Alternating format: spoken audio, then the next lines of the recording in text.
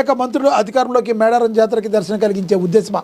ఏదైనా జరిగితే కానీ మరి రేవంత్ మార్క్ పాలనతో మరి ఏకంగా అడవిలోనే మరి ఈ రకంగా పెట్టడాన్ని మనం జాతరపై చర్చ రాష్ట్రంలో ప్రభుత్వ నిర్ణయం ఆసక్తి రేకెత్తిస్తుంది. మరి హాజరవుతుండటం నిర్ణయం ఇలాంటి అనేక రకాల చర్చలకు ప్రభుత్వ నిర్ణయంపై మంత్రివర్గ శాఖల బృందం కేబినెట్ భేటీకి హాజరవుతుండటం, మరి ఈ కేబినెట్ మీటింగ్ ఇక్కడ జరగటం దాన్ని మరి ఏ రకంగా చూడాలి అనేది మనకి కొంతకాలంలో మరింత స్పష్టత వస్తుంది. కానీ ఏదేమైనప్పటికీ కూడా అడవిలో ఈ కేబినెట్ మీటింగ్ జరగటం అనేది కూడా రేవంత్ మార్క్ పాలనకి ఒక నైజంగా మనం అభివర్ణించవచ్చు. ఇక పురుషులకు ఫ్రీ బస్, తమిళనాడులో ఎన్నికల హామీలు. ప్రస్తుతం సిటీ బస్సుల్లో మహిళలకు మాత్రమే ఉచిత బస్సు ప్రయాణం వెసులుబాటు ఉండేది. కానీ తమ పార్టీ అధికారంలోకి వస్తే ఇకపైన పురుషులకు కూడా ఫ్రీ జర్నీ సౌకర్యాన్ని కల్పిస్తామని అన్నాడీఎంకే ప్రధాన కార్యదర్శి మాజీ ముఖ్యమంత్రి ఎడప్పాడి పళనిస్వామి ప్రకటించారు.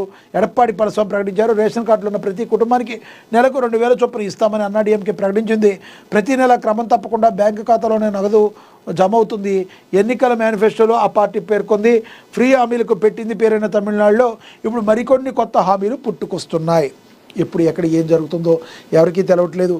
అప్పుడులో కర్ణాటకలో మరి ఫ్రీ బస్ వచ్చింది, ఆ తర్వాత తెలంగాణలో వచ్చింది, ఆ తర్వాత ఆంధ్రప్రదేశ్లో వచ్చింది. ఇప్పుడు మరి పురుషులకు కూడా ఫ్రీ బస్సు అంటున్నారు తమిళనాడులో. మరి వచ్చే ఎన్నికలకి ఏమైనా జరగవచ్చు. కానీ ఏది ఏమైనప్పటికీ కూడా ప్రజలందరూ కూడా ఫ్రీలు అయితే కోరుకోవటం లేదు. తమ భవిష్యత్తుకి, బంగారు భవిష్యత్తుకి ఒక స్పష్టమైన హామీని అయితే కోరుకుంటున్నారు. ఈ రాజకీయ నాయకులు ఎప్పటికీ గుర్తిస్తారో అన్నది మరి మనం అందరం కూడా ఆలోచించాలి. ఫ్రీ ఫ్రీ ఫ్రీ అనుకుంటూ పోతే ఈ లోకంలో లలిత జ్యువెలరీస్ ఎవరో ఒక ఆయన చెప్తున్నట్టు డబ్బులు ఎవరికి ఊరికే రావన్నట్టు ఊరికే ఎవరికి ఏది రావు. మరి ఈ రకంగా మరి ఫ్రీలు ఇచ్చుకుంటా పోతే మరింత బద్దకస్తులు చేస్తారు. అప్పుడు వరకు మహిళలకు అన్నారు తమిళనాడు, ఇప్పుడు మరొకటి ముందుకేసి అన్నాడీఎంకే హామీ ఇచ్చేసింది. మరి పళనిస్వామి ఏదైతే చెప్తున్నారో పురుషులకు కూడా మేము ఫ్రీగా ఇస్తామని చెప్తున్నారు. ఇది ఏమైనా వర్కౌట్ అవుతుందో అవదో మరి చూడాల్సిన పరిస్థితి. ఒకవేళ అక్కడ వర్కౌట్ అయితే మాత్రం మరి దాన్ని ఇంకెన్ని రాష్ట్రాలకు పాకుతుందో అనేది వేచి చూడాలి. మీరేమనుకుంటున్నారు? మహిళలకు ఫ్రీ బస్సు ఉంది కాబట్టి పురుషులకు కూడా ఫ్రీ బస్సు ఉంటే బాగుంటుంది అనుకుంటున్నారా? కింద కమెంట్ బాక్స్ రూపంలో కమెంట్ అయితే చేయండి.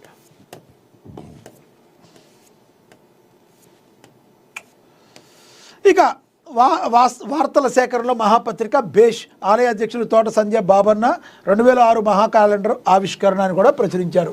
అదేవిధంగా 25 ఏళ్లుగా అడవే ప్రపంచం, అడవే మా కుటుంబానికి ఆత్మబంధువు, తెలుగు రాష్ట్రాల సరిహద్దు అడవిలో మానవీయ గాథ అని కూడా ప్రచురించారు. ఇక పోస్టాఫీస్ ఎత్తివేత నిర్ణయాన్ని ఉపసంహరించుకోవాలి. సంగిశెట్టి క్రిస్టఫర్ సామాజిక కార్యకర్త అయితే చెప్పడం జరిగింది. ఘనంగా హైదరాబాద్ పబ్లిక్ స్కూల్లో క్రీడా దినోత్సవం జ్యోతి ప్రజ్వలన చేసి ప్రారంభించారు బల్దియా కమిషనర్. ఇక గణతంత్ర దినోత్సవ వేడుకలకు అన్ని ఏర్పాట్లని అదనపు కలెక్టర్ భాస్కర్ రావు, యాదాద్రి భువనగిరి జిల్లా కలెక్టర్ అన్ని ఏర్పాట్లు చేస్తున్నామని అయితే చెప్పారు. పరకాల మున్సిపల్ స్థానాలకు రిజర్వేషన్లు ఖరారు.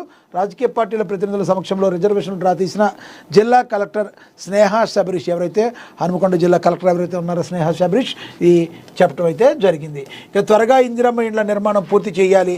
జిల్లా కలెక్టర్ హనుమంతరావు అయితే మరి చెప్పడం జరిగింది. భువనగిరి జిల్లా కలెక్టర్ హనుమంతరావు అయితే చెప్పడం జరిగిందని కూడా ప్రచురించారు. ఇక అభివృద్ధిలో రోల్ మోడల్గా జగపతిరావు, మరి కాంగ్రెస్కు అధికారం ఇవ్వండి, కరీంనగర్ అత్యద్భుతంగా తీర్చిదిద్దాం. గత బీఆర్ఎస్ పాలకులు భ్రష్టు పట్టించారు, అవినీతిలో గిన్నిస్ బుక్ రికార్డు సృష్టించారు.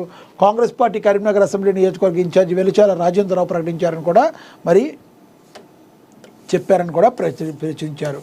ఇక మహాజాతరకు మేడారం సిద్ధం. 3 కోట్ల భక్తుల స్వాగతానికి సర్వం సిద్ధం. 300 కోట్లతో ఆలయ పునరుద్ధరణ జనవరి 19న సీఎం రేవంత్ రెడ్డి చేతుల మీదుగా ప్రారంభం కాబోతుంది. మనకు తెలుసు తెలంగాణ రాష్ట్ర యొక్క కీర్తి ప్రతిష్టలని మరి ప్రపంచవ్యాప్తానికి తెలిసే విధంగా తెలంగాణ యొక్క కీర్తిని తలామానికంగా నిలిపే విధంగా మేడారం సమ్మక్క సారలమ్మ జాతర అయితే జరగబోతుంది. దాదాపు 3 కోట్ల మంది భక్తులు మరి విచ్చేయుచున్నారు. మరి 300 కోట్లతో ఆలయాన్ని పునరుద్ధరించారు. మరి జనవరి 19న సీఎం రేవంత్ రెడ్డి చేతుల మీదుగా ప్రారంభం కానుందని ప్రకటించారు.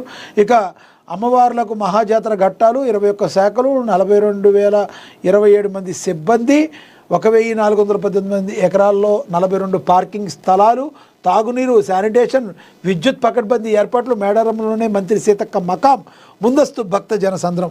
ఓవరాల్గా కాంగ్రెస్ పార్టీ ఎంత సీరియస్గా తీసుకుంది, మరి ఎంత ప్రతిష్టాత్మకంగా తీసుకుంది అనుకోవటానికి ఈ ఒక్కటి మనకి ఉదాహరణలుగా చెప్పొచ్చు. ఇక రవాణా వైద్య సేవల్లో స్పెషల్ ఫోకస్ అని కూడా ప్రచురించారు.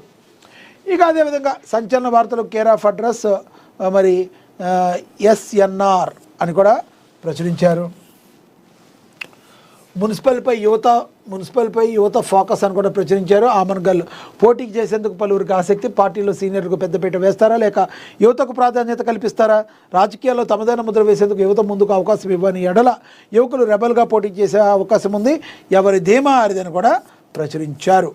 ఇక కాంగ్రెస్ పార్టీలోగా భారీ చేరికలు. పార్టీలో చేరిన బోరజ సిర్సన్న బీఆర్ఎస్ బీజేపీ నాయకులు కార్యకర్తలు కండువాలు కప్పి పార్టీలోకి స్వాగతించిన కంది శ్రీనివాస రెడ్డి అని కూడా ప్రచురించడం అయితే జరిగింది. కొరట్ట చెనక బ్యారేజ్ కింద ఇక ఆయకట్టుకు సాగునీరు అందుతుందని Adilabad Congress party assembly incharge Kandi Srinivasa Reddy తెలిపారు. సీఎం రేవంత్ రెడ్డి హత్తిఘట్ వద్ద పంప్ హౌస్ ప్రారంభించడం పట్ల హర్షం వ్యక్తం చేశారు.